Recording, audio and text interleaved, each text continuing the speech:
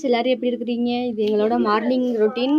காலையில் நேற்று நைட்டு பிரியாணி, இன்றைக்கி காலையில் வந்து நேற்று எலும்பு வாங்கிட்டு வந்ததை மிச்சம் வச்சுருக்கோம்னு சொன்னேன்ல ஃப்ரெண்ட்ஸ் ஃப்ரிட்ஜுக்குள்ளே. அதைத்தான் இன்றைக்கி நான் வைக்க போகிறேன். 2 தடவை கறியை கழுவி வச்சுருக்கிறேன். கூலிங் எல்லாமே போயிடுச்சு. அதனால் குக்கரில் வந்து எலும்பை வேக போட போகிறேன்.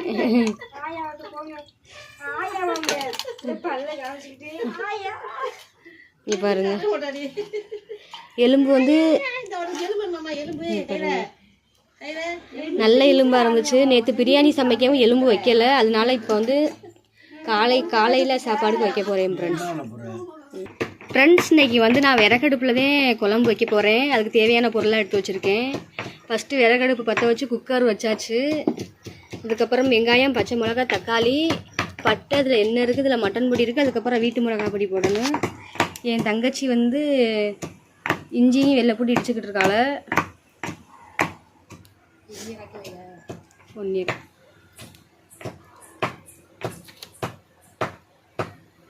அதுக்கு வந்து ஃபஸ்ட்டு எண்ணெய் ஊற்றிக்கிறேன்.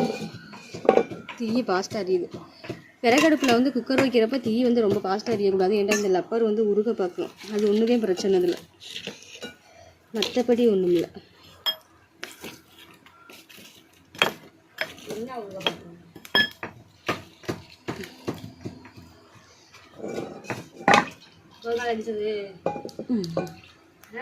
போதும்ல. நான் வந்து முதல்ல கறியை வேகப்படுத்தி வைக்கலாம் பார்த்தேன். எல்லாமே வெங்காயம் தக்காளியுமே தாளிச்சு விட்டு அதுக்கப்புறம் கறியும் போட்டு ஒரே விசில விட்டு இறக்க போகிறேன் ஃப்ரெண்ட்ஸ். லேட்டாகும். இதெல்லாம் சமைச்சு சாப்பிட்டுட்டு எங்கள் சித்தி ஊர் திருவிழாவுக்கு போகணும். நாங்கள் மதியத்துக்கு அவங்க ஊருக்கு வந்து மேலூரில் வந்து 1 மணிக்கு கரெக்டாக பஸ் வரும் மதியத்துக்கு. அந்த பஸ்ஸுக்கு போகிற மாதிரி சாப்பிட்டு கிளம்பணும். அதுக்கப்புறமா எங்கள் சித்தி ஊர்லேயும் வீடியோவை கண்டினியூ பண்ணுறேன். அவங்க ஊர் திருவிழா அன்றைக்கி வந்து குதிரை தூக்கிட்டு வருவாங்க சாயங்காலம். சூப்பராக இருக்கும் பார்க்க. எண்ணெய் காயறதுக்கு முன்னாடியே பட்டையை போட்டுக்கிட்டேன். பட்டை இப்போ வந்து நல்லா பொரிஞ்சிருச்சு. பட்டை நல்லா பொரிஞ்சிருச்சு. வெங்காயத்தையும் பச்சை மிளகாவையும் போடுறேன். அதுக்கப்புறம் வந்து கருவேப்பிலை.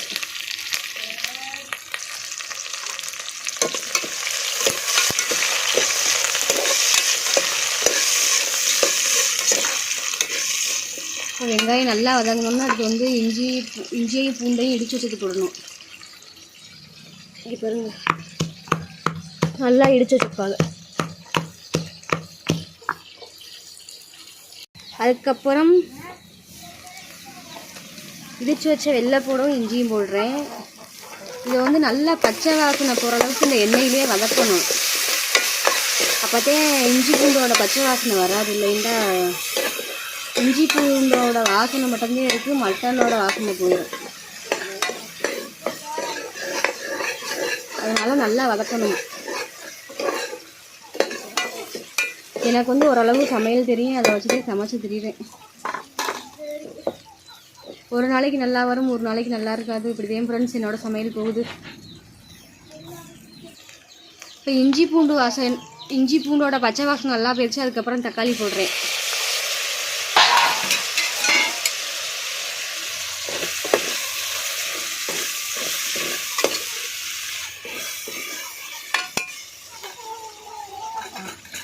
தக்காளியை கொஞ்சம் நேரம் மூடி வச்சுட்டு வதங்கிடணும்.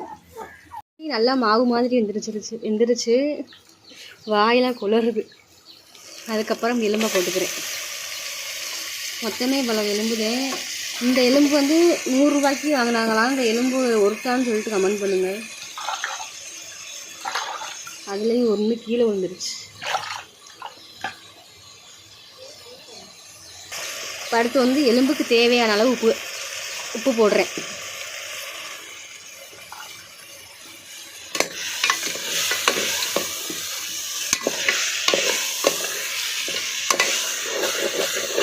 எலும்பு வந்து என்னாலே நம்ம விறகுல வேக போட்டாலுமே வேகம் ரொம்ப டைம் எடுக்கும். நான் அதனால் குக்கரில் வேக போடுறேன். இதுதான் கொஞ்சம் ஈஸியாக இருக்கும். கொஞ்சம் நல்லா ஒரு வதங்கினோன்னா மசாலா அதெல்லாம் போட்டு தண்ணி ஊற்றி குக்கரில் விசில் போட்டு விட்டு அதுக்கப்புறம் தேங்காய் பால் ஊற்றிட்டு கத்தரிக்காய் கடைசி அறுத்து போடுவோம் ஃப்ரெண்ட்ஸ். எங்கள் வீட்டில் இப்படி தான் எலும்பு குழம்பு வைப்போம்.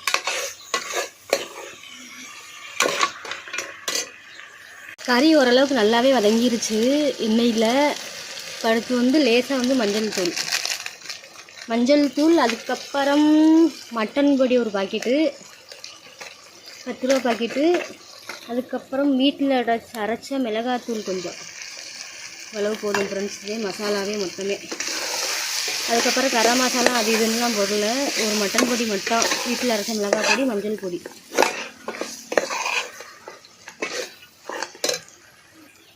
அதுக்கப்புறம் தண்ணி ஊற்றுறேன்.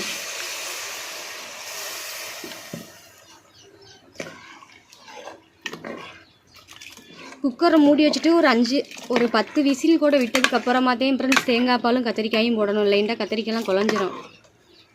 விசில்லாம் எடுத்ததுக்கப்புறம் அந்த ரிலீஸில் ஆனதுக்கப்புறமே கத்திரிக்காய் போடணும்.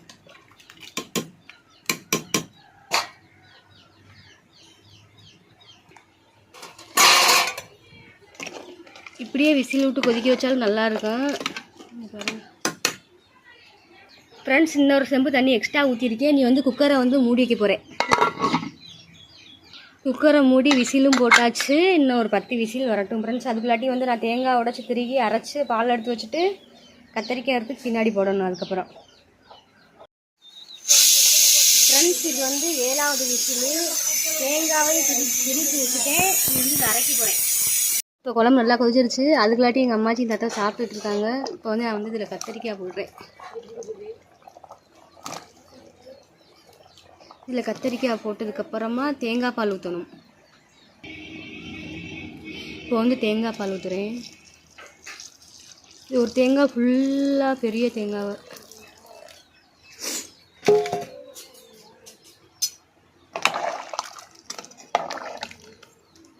பாருங்கள், இது வந்து கத்திரிக்காய் மட்டும் வேகணும் ஃப்ரெண்ட்ஸ். நல்லா வெந்ததுக்கப்புறமா குழம்பு ரெடி.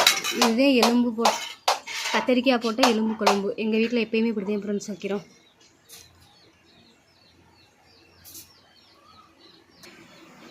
எங்கள் தாத்தா அம்மாச்சி சாப்பிட்டுக்கிட்டு இருக்காங்க. அம்மாச்சி குழம்பு நல்லா இருக்கா? ஏன்